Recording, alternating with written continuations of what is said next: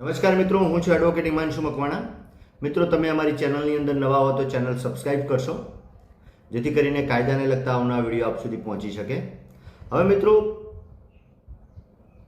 તમારું સ્વપ્ન છે કે તમે સ્વપ્ન જોયું છે કે મારે પોતાનું મકાન લેવું છે અને તમે પોતાનું મકાન ખરીદો છો, એટલે કે કોઈ બિલ્ડર પાસેથી કે કોઈ સ્કીમ ચાલતી હોય ને એમાંથી તમે મકાન ખરીદો છો અને એ મકાન ખરીદ્યા બાદ તમે તેની અંદર રહેવા માટે પણ આવો છો.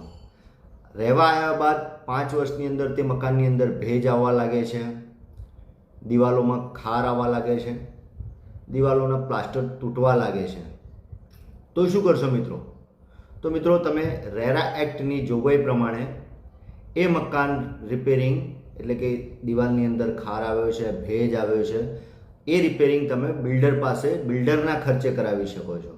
એના માટે જોગવાઈ છે મિત્રો, રેરા એક્ટની કલમ 14(3) પ્રમાણે તમે બિલ્ડર પાસે આ રીતે મકાનમાં તકલીફ થઈ હોય કે ભેજ આવતો હોય, ખાર આવતો હોય કે તેના પ્લાસ્ટરને નુકસાન થયું હોય, તો તમે તે તમામ રિપેરિંગ બિલ્ડર પાસે બિલ્ડરના ખર્ચે કરાવી શકો છો.